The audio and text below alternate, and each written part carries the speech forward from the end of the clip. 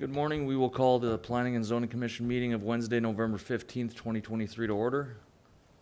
Let the record show that we are absent one commissioner, Joe Marie Cadamus. First item this morning is our opening ceremonies, Pledge Allegiance. Pledge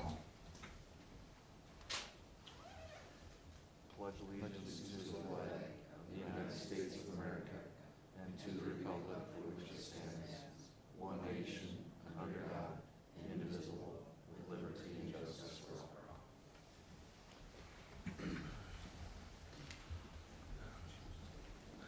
all. Next item is our order of business. Mr. Galabert, are you handling that? Is there any changes or corrections to this order of business? Yes, thank you, Chairman, and good morning, Commissioners. Items A and B will be suspended, being the special use permit and the rezone indefinitely per the applicant's request. Rather than deferring it, we will bring it whenever they signal that they are ready. Okay, Other than that, we will remove items A and B from our agenda this morning, which would be items 2. We need to go back one, I apologize. Oh, that is right. So we will remove items on our agenda of 3 and items 3, which would be the rezone request and the future land use map amendment. We will move on to the next item, which would be the minutes of the previous session. Is that correct? I apologize. Maybe I caused some confusion by saying A and B. So that would be the first and second on the regular agenda, which would be rezone 006 and special use permit 005 for the North Dakota Department of Transportation. That's not on our... We might have different... Our agenda shows a rezone request from general industrial to public, rezone 007-2023, and then future land use map amendment FLM 002-2023. Those we are going to be keeping. Those are for the National Guard, the other two. So I'm not really sure the order that you have. That might be different.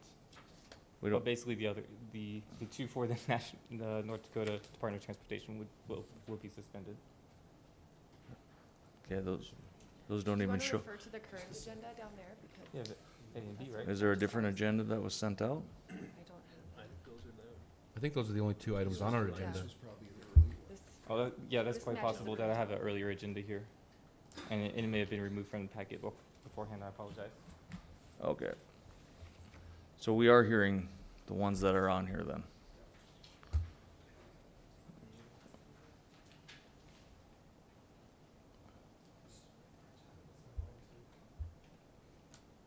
So are we hearing that rezone request?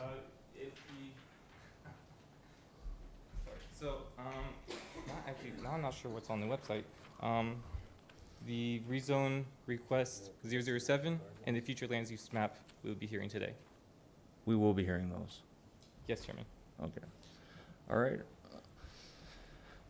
So then, from our agenda, there is no changes then. Those other items must have been already removed, so. Okay, then, the second item this morning would be the October 18th minutes. I'd look for any corrections to those minutes, and if not, I'd look for a motion to approve. Mr. Chairman, I'd move to approve. I'll second. We have a motion and a second. Any further discussion? Hearing none, all those in favor say aye. Aye. Opposed, same sign. That motion carries. Then we will move into our regular agenda item, which is a rezone request, REZ 007-2023. This is to consider a zoning map amendment from general industrial to public for the property legally described as north-northwest and center portions of Lot 1, Block 1, Energy Center, 3rd Edition, in the southeast quarter of Section 1, Township 139 North, Range 96 west of the 5th Principal Meridian to the city of Dickinson, Stark County, North Dakota. Mr. Galabert. Thank you, Chairman. I'm City Planner Matthew Galabert. The application before you is for the rezone of the property as described from general industrial to public. Let's see. We are looking at the wrong slide here.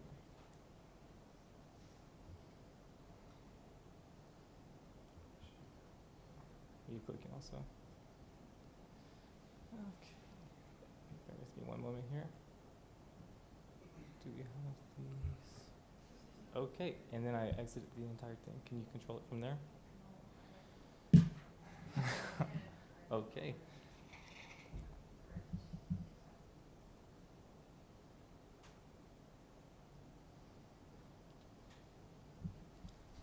I can proceed by reading it off. Okay.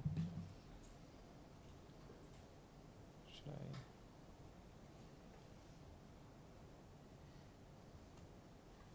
Let's see. Okay, are these?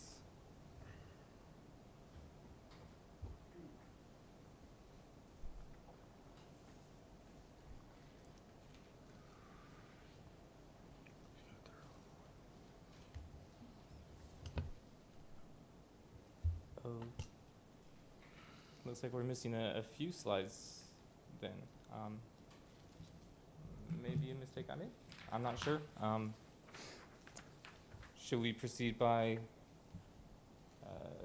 following off the staff report? Or I mean, we have the information. I guess just the public wouldn't be aware of what we're, visually at least? yeah. Yeah, I mean, I think we can proceed.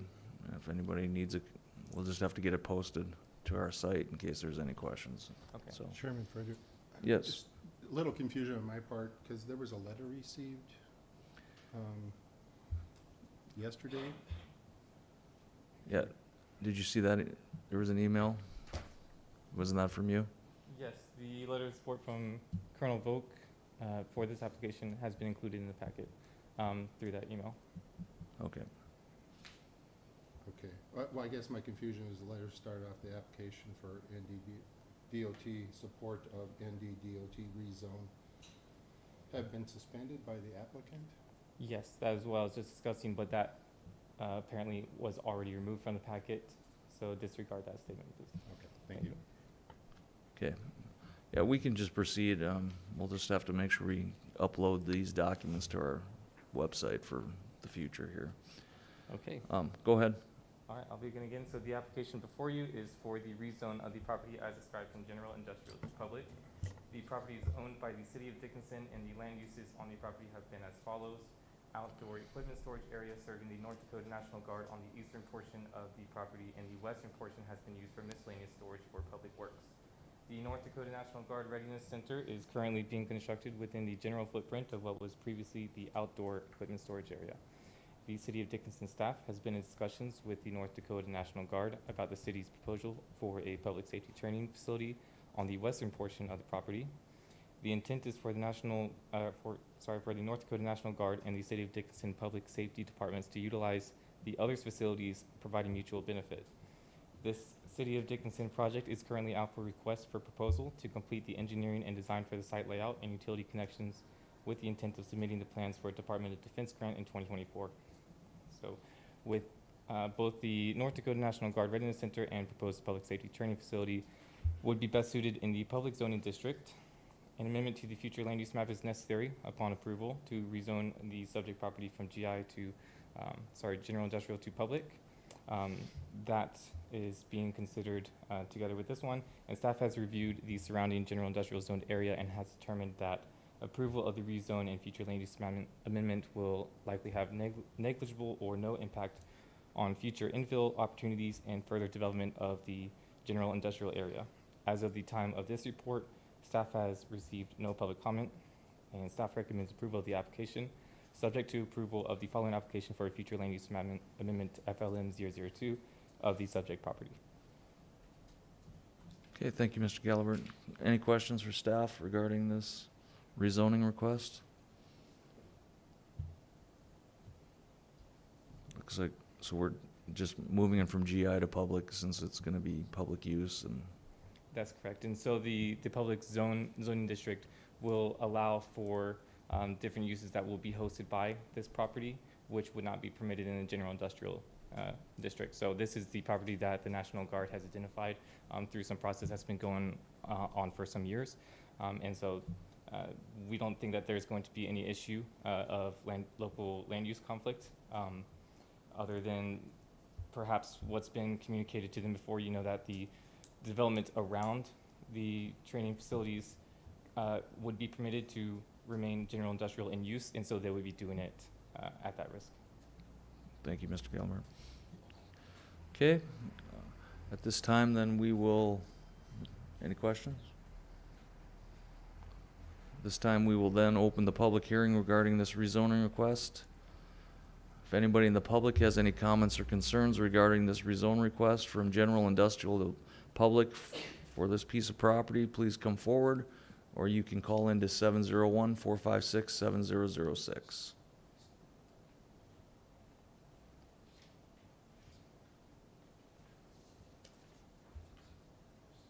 Anyone in the public have any comments or concerns regarding this rezoning request?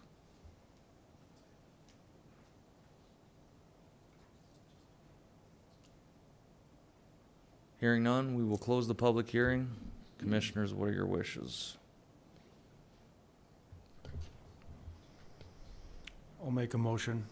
I move the City of Dickinson Planning and Zoning Commission recommend approval of FLM-002-2023 as meeting all the requirements of the Dickinson Municipal Code and also being in the interest of the public Mr. health, Johansson? safety, and welfare. I think it's the first one.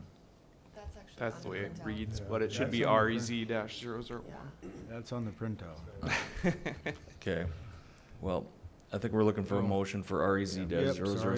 2023. I'll Thank have to you. go to the, Sorry to interrupt you, but no, so same motion, but approval of REZ-007-2023, correct? correct. I'll second. We have a motion and a second for the rezoning request, REZ-007 2023. Any further discussion?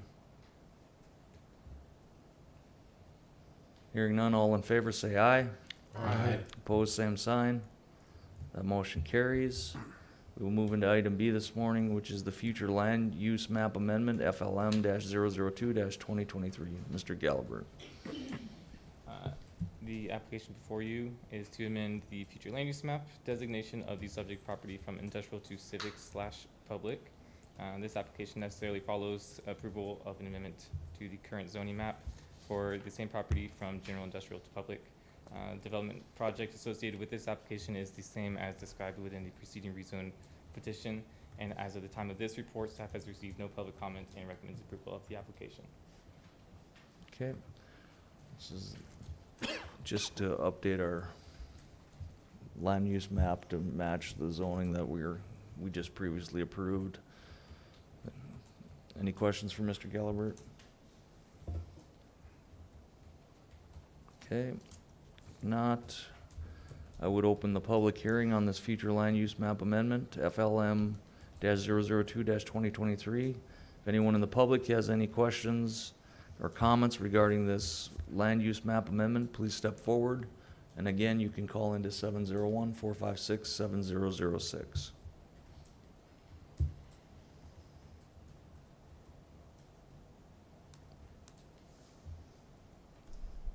Anyone in the public have any comments or concerns? Hearing none, we will close the public hearing. Commissioners? I'll make a motion. Okay. I move the City of Dickinson Planning and Zoning Commission recommend approval of FLM 002-2023 as meeting all the requirements of the Dickinson Municipal Code and also being in the interest of public health, safety, and welfare. Second. We have a motion and a second. Is there any further discussion? Hearing none, all those in favor say aye. Opposed, same sign. Motion carries. We'll move into item 4 this morning, which is public issues of concern not on the agenda. Anyone in the public have any comments or concerns they'd like to bring forward to the commission this morning? You can do so now or online at 701-456-7006.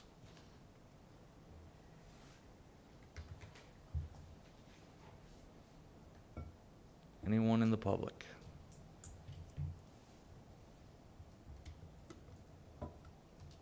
Seeing none, we will close item 4 and move on to item 5. This is items not on our agenda. Commissioners, this is your time. If there's anything not on our agenda that you'd like to discuss. This would be your chance.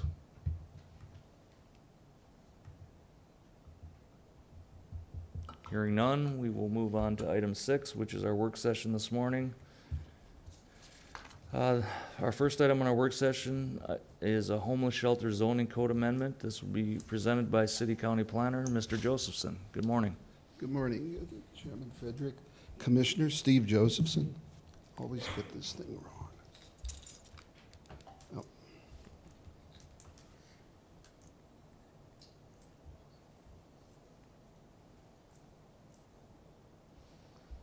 Okay, Commissioners, what you have, sent you this PowerPoint presentation.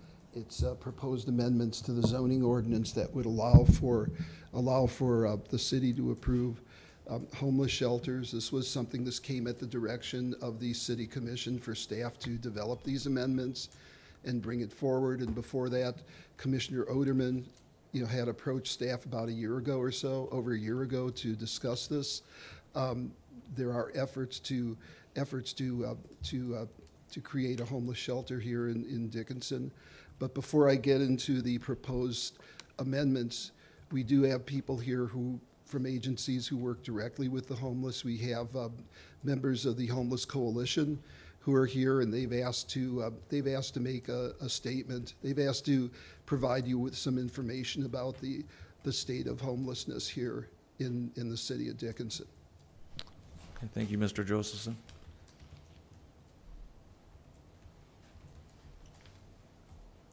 Good morning. My name is Susan Josephson.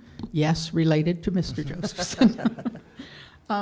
I'm president of the Stark County Homeless Coalition, and this group is made up of representatives from organizations who either provide services to homeless individuals or work to prevent homelessness. This group shares information quarterly, and members coordinate efforts between different service providers. I've been here moved to Stark County into 2013 and the city of Dickinson, and worked and volunteered in various organizations that address this issue. The agencies that are involved in the community include people who serve individuals with various needs, including food, shelter, and access to social services. Since coming here in 2013, which I realize is a newcomer in this area, but the numbers just continue and continue and continue to increase. At this time, there are a number of agencies that can provide some services to individuals experiencing homelessness and seeking shelter. However, the only immediate shelter provided in the county is at the Domestic Violence and Rape Crisis Center. They primarily serve people experiencing domestic violence, but if they have available beds, they sometimes house women and women with children who are unsheltered. They are unable to offer any services to men. Providers in Dickinson have known for some time that a shelter is needed in our community. CHI St. Alexius received a planning grant within the past year to address this urgent need. We are participating and meeting regularly with them, and and the local agencies and providers that I mentioned are involved. At this time, the local zoning code does not address homeless shelters. It is our understanding that Commissioner Oderman requested city staff to draft proposed changes to the zoning code to allow homeless facilities. CHI and the local stakeholders are actively seeking a location in Dickinson for a shelter. It's difficult to quantify numbers of homelessness because so many of the agencies overlap in terms of whom they serve. The problem is that we can't share names with one another because of confidentiality rules. And so actually getting numbers, I looked to try to give you some of that, but it's just very difficult. We do a point in time count twice a year, but it's only for one 24-hour period. And so what happens in that point of time count is we get information from service agencies, but we also go into the community for 24 hours. We go into the community looking specifically for people who might be in places like parks or any place they can get warm in the winter. So that the point-in-time count's been going on for some time, but it doesn't actually provide a very clear picture. It's just a one-day snapshot. The Dickinson Police Department and the Stark County Sheriff's Office interact regularly with individuals who are homeless and unsheltered. They were not able to be here today, but both say the numbers of homeless individuals that they intervene with is continually getting higher. They get involved when there are things like someone staying in the mall all day long because there's no warm place for them to be, or when there are other issues with somebody that may or may not be homeless and unsheltered. They can provide additional information about the number of calls they receive if you would like that at some later point. Even though the Sheriff's Office covers Stark County and we are discussing a shelter in the city of Dickinson, individuals in Stark County would likely be served by the Dickinson shelter since it would be the closest one available. There's a group of Salvation Army volunteers who can write a very limited number of vouchers for hotel rooms, bus tickets for individuals without shelter. So that is another resource we have. But the Salvation Army's funding comes solely from the annual kettle campaign that's conducted at retail locations between Thanksgiving and Christmas.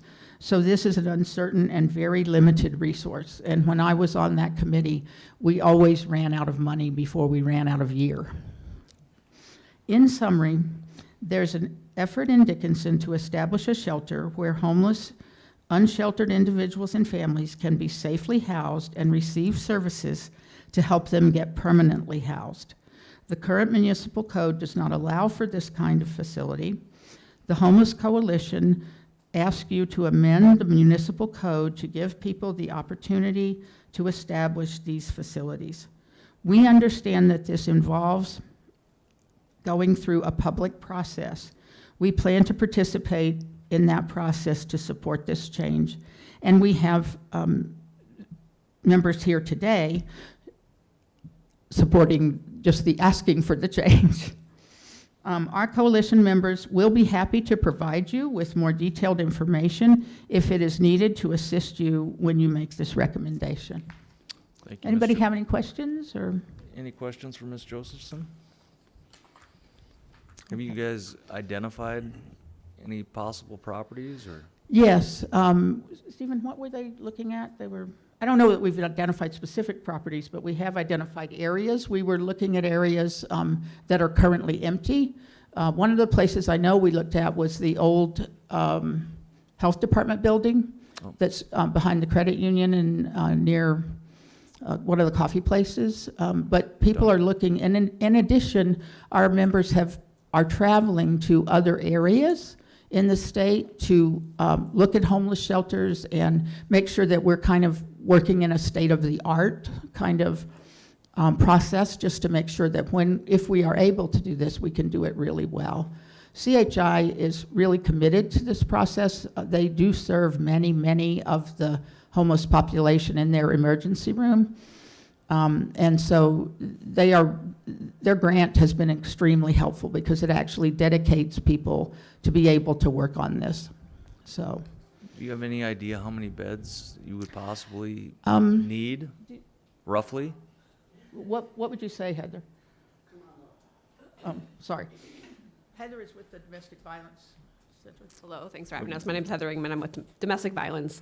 Good morning. I know looking at our current shelter for domestic violence, we have 28 beds, and we are at capacity or max beyond that just with domestic violence. And I would say the homeless numbers far exceed what we would see there. So I would say minimum, I would say probably at least 30 would be sufficient. Okay. And then to speak to Susan's, the planning grant has opted to look at facilities in jurisdictions including Wyoming and Iowa, who function very similarly to how we would here. The one facility in North Dakota that we are thoroughly looking at is LaGrave on First, which is the homeless transitional facility out of Grand Forks that runs very, very successfully, similar to how we would run here. Okay. Thank you. Yeah, we are also aware that there may be concern from citizens about having a homeless shelter in their specific area. But I think with education about the numbers and the problem, that we can help people understand the need and the, in a way, lack of risk to them. Homeless people generally do not want to make trouble. They want to be warm. When I worked at one of the agencies here, in the winter, we would have 2 or more people daily walking in the agency saying, I need help. And that's not, and domestic violence would get many more than we do. So it is clearly a need. And so I hope that we'll be able to help you guys if you need any help in moving forward. Sounds good. Thank you so much. All right. It's going to be hard to follow up, Mr. Josephson. I know, she is a tough act to follow. So just to talk about what's in the current code, and I'll try to go through this quickly, because people might say, well, isn't this addressed in the current code? Well, the current code allows for emergency residential services, specifically for victims of crime or abuse during a crisis intervention, for victims of rape, abuse, or physical beatings. And a group care facility is for, those are for people with physical disabilities and emotional and mental disorders or disabilities. They're basically, drug and alcohol abuse. They're or for programs that serve as alternatives to imprisonment. We didn't see anything that specifically addressed, homelessness. And as was stated before, back in March, the City Commission had directed staff to draft an amendment to the zoning code addressing homeless shelters. And prior to that, to this workshop, staff has provided a draft of these proposed changes to members of the Homeless Coalition, as well as with other social service providers who work for the homeless. And this does reflect input from those organizations. We did model this after an ordinance. We looked around the country, found one in Michigan for a city about the same size, and used this as a model. So it would provide definitions for homeless person, homeless shelter, and transient resident. It would also provide for different use types, and one would be a family shelter, which would be a place where you could have families who were actually related by blood, who are displaced and homeless to live, or one for no more than 4 unrelated persons. That's consistent with the definition of a family currently in the city code. And then the other one would be a group shelter, and that's the place where it shelters many people of the same gender who are unrelated.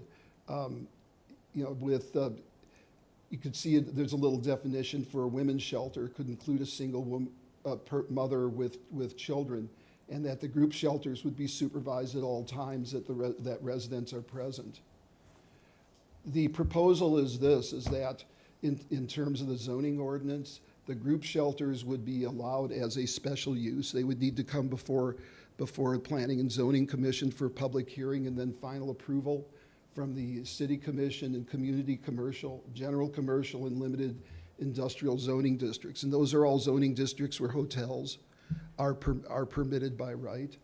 Also would allow family shelters as a special use in rural residential, low-density residential, medium-density residential, high-density residential, mobile home, and limited commercial zoning districts. And those are all zoning districts that either permit or allow single-family residences.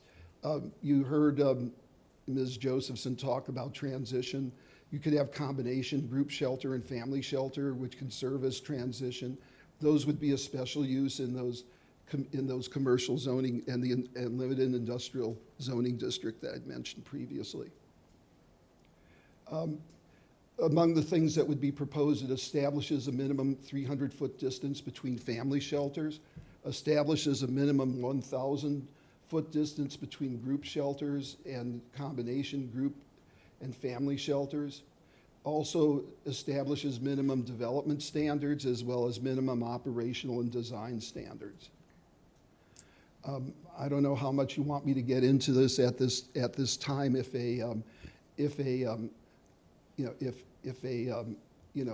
you give us guidance to go forward, but in this case, it did set the code that we looked at set a maximum of 16 for group shelters, for combination group shelters, and the maximum number of beds shall be no more than 60. There would also be a shared communal area for socializing that it would be done in such a way that it would be shielded from any residential areas. Secure storage areas for residents would be provided for intended residents. Designated location shall be provided with waste receptacles, and they shall be screened from view.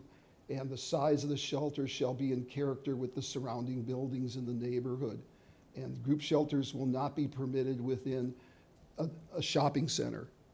So it would have to be a standalone facility.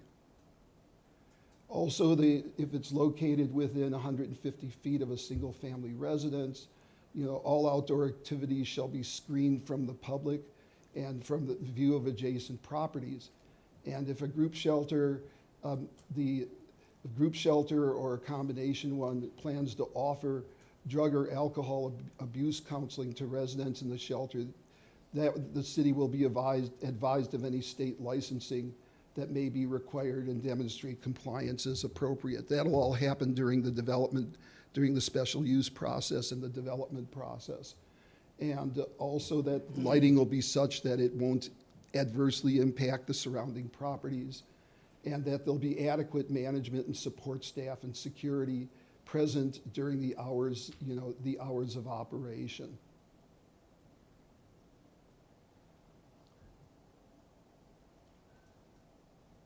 That the group shelter shall be open, it could be 24 hours, we just say a minimum of 16 hours a day so that people can come in and out and be closed at night, and that also staff would be available during that period of time. That they would require their residents participate in what they call wraparound services, so any sort of social services that they're going to need in addition to being in the shelter. And I know that's one of the things that was talked about, is any place that here in Dickinson would also have office spaces for the agencies that would provide shelter, provide services for people in the shelter. One of the things that we are at a disadvantage at is that in a lot of communities, either all the social services are grouped in one place, or there's a fixed route bus line that people could use to get to them. Ours are all spread out here. Of course, that's also been talked about as transportation could be provided by the shelter itself. And then there are a number of things that the applicant would need to provide as part of its management services. And that would all be part of the special use process. So these are the things that would be included in the proposed amendment to the zoning ordinance that would allow these, either a group facility or a family facility or a combination, as a special use permit. And I'm here to answer any questions you may have, and I'm also looking for guidance and a consensus as to whether or not you wish staff to go forward and draft these amendments to bring in front of Planning and Zoning Commission. Okay, commissioners, you have any questions for staff?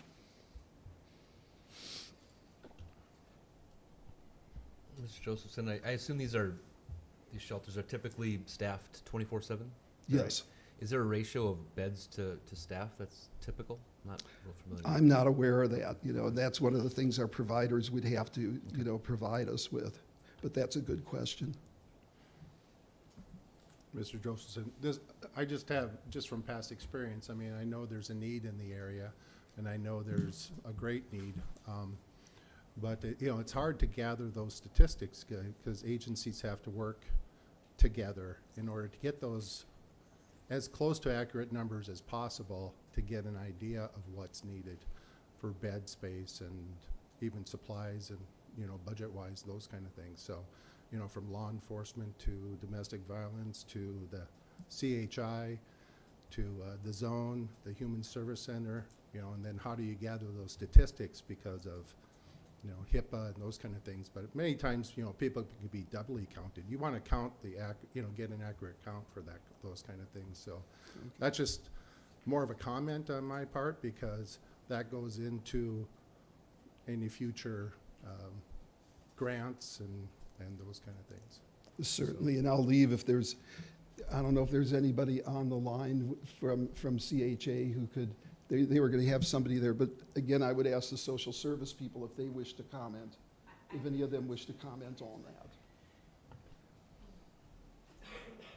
So currently, right now, there's two main databases that function across the state of North Dakota. One of them is specifically to service providers to domestic violence, and then specifically to homeless populations. So one of them is HMIS, stands for Homeless Management Intake System, and that is collaborative across the state, and they work towards housing. So for instance, if there is a homeless person in Dickinson that could better receive services or beds available on the eastern side of the state, then there's the collaboration and access to that system for the eastern side of the state to house them. Our system for domestic violence is 100% closed, specifically to the regard for victims and their safety. But there is a collaboration with I see is not federal, no. So with all of US, it's called ICA, and so they collaborate with both systems. They talk to both systems. So our data goes to them as well as HMIS data goes to them as well. So there is data being collected. It's just, I think the biggest piece is unduplicated data. And I think that's statewide, nationwide, tried to figure that out between homeless service providers and then victim service providers as far as domestic violence, sexual assault goes. And I think, Commissioner Hagan, it would be fair to say that anything we bring back to you will, you know, that number, that maximum number of beds will be set on what the providers recommend to us. So good point. No, and I trust that. I know, you know, at times, you know, all 4 agencies could come across the same person. Mm-hmm. So you want to make that accurate count, you know, in your planning. Or it could be 4 separate people, and you want to make sure that that's accurate. Right, and on the other hand, you don't want to underestimate either, you know, not to comment too much on, you know, this is what we've relied on you know, the providers, but I think there are a lot of people out there who are homeless that we're just not aware of.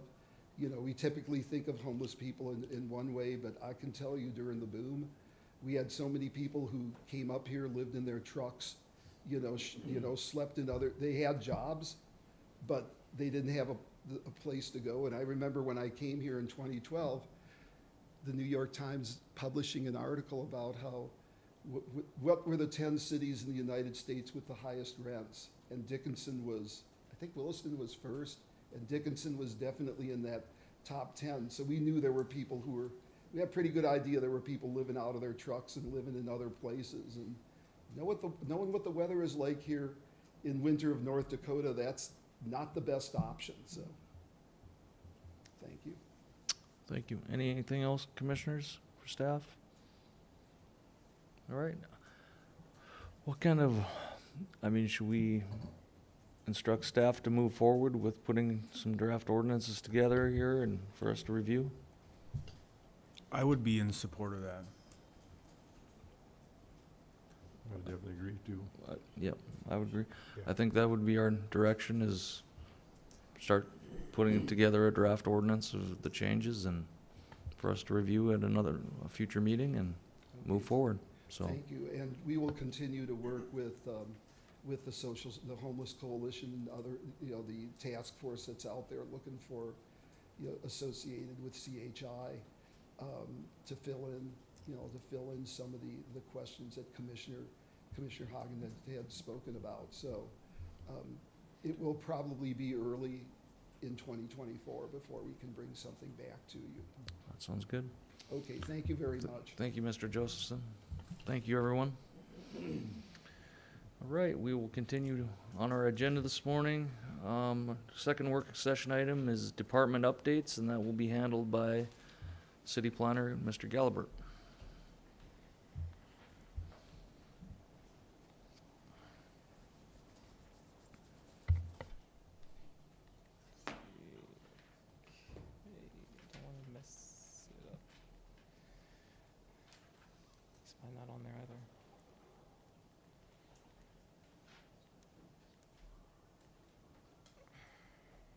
Okay, it looks like the second PowerPoint is not included in the slides either.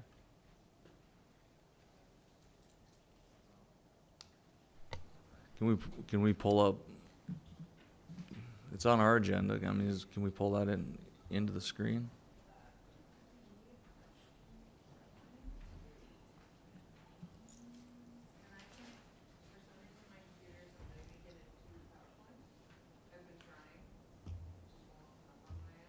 I mean, we do have it on here if you want to continue. Well, it'd be pretty hard to deliver a PowerPoint presentation. Oh, you don't have? Sure.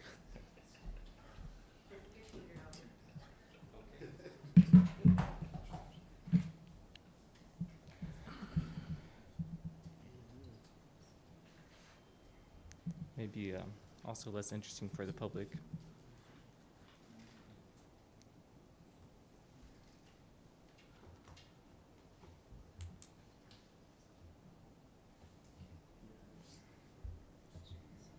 Okay, thank you.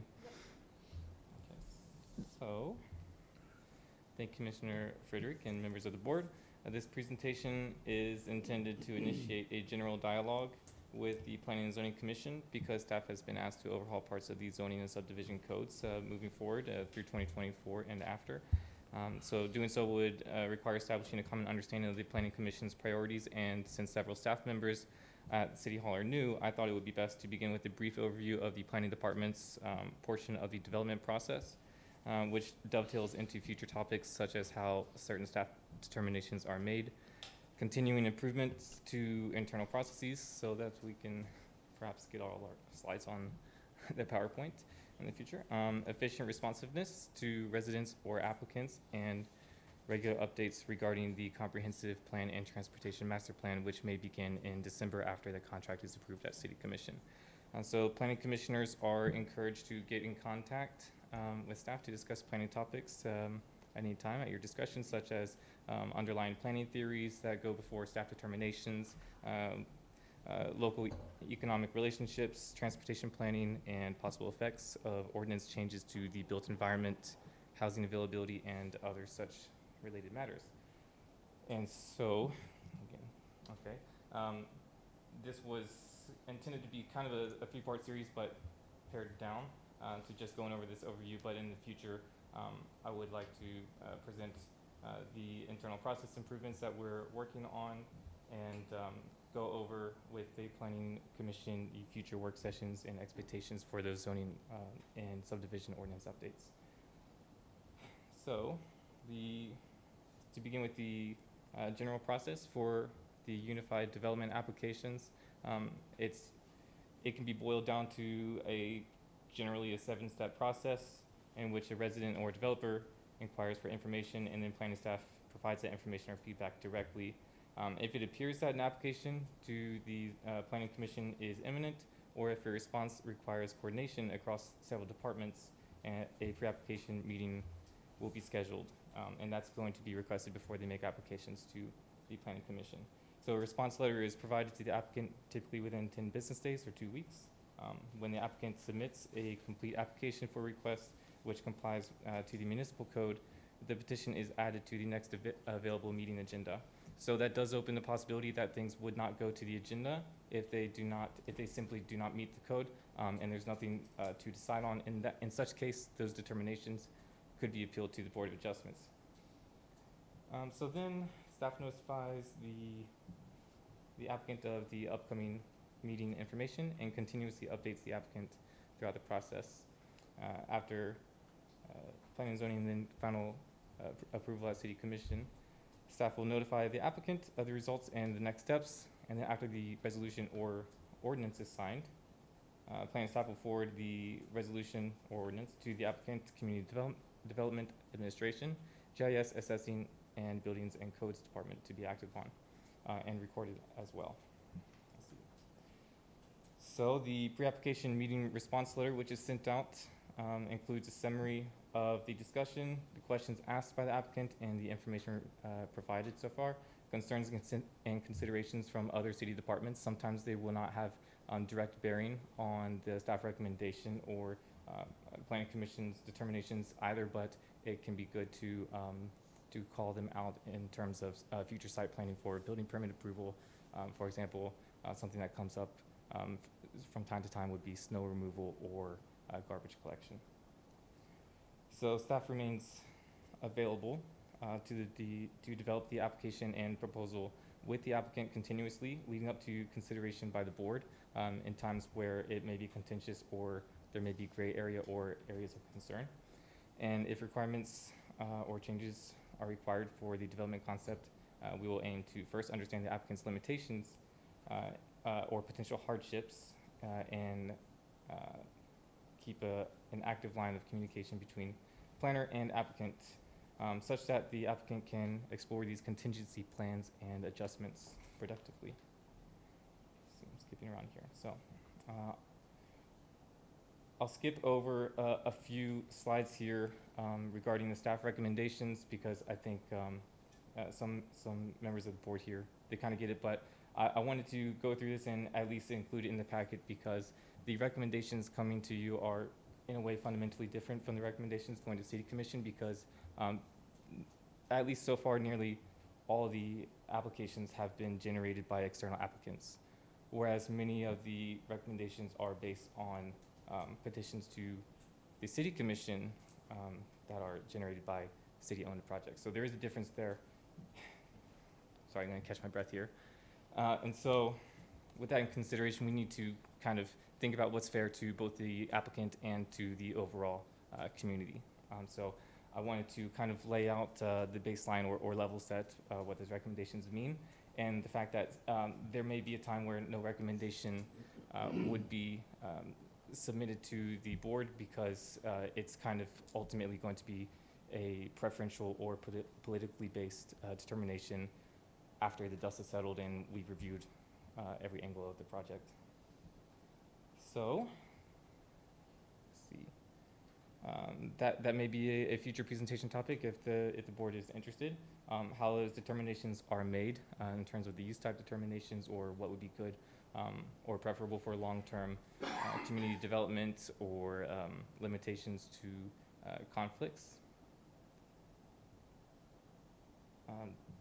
Part of that strategic planning and long-term development consideration, it's kind of going to boil down to the economic development, transportation impact, equity, and built environment quality.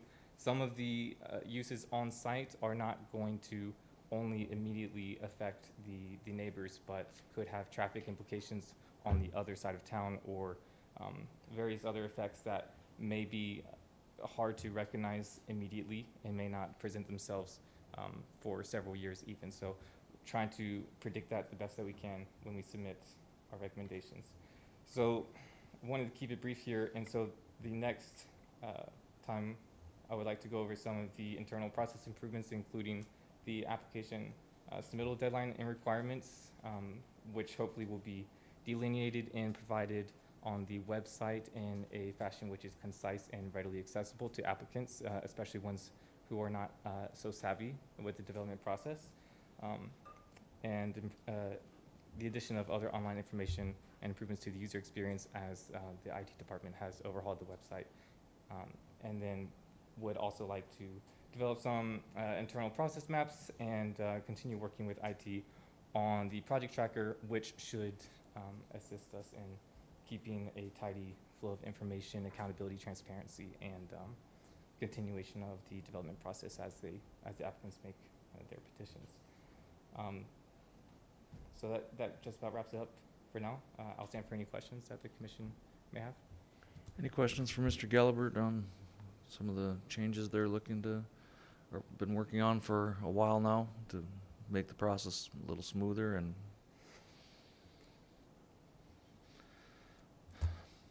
no, I think you guys are going in the right direction. I think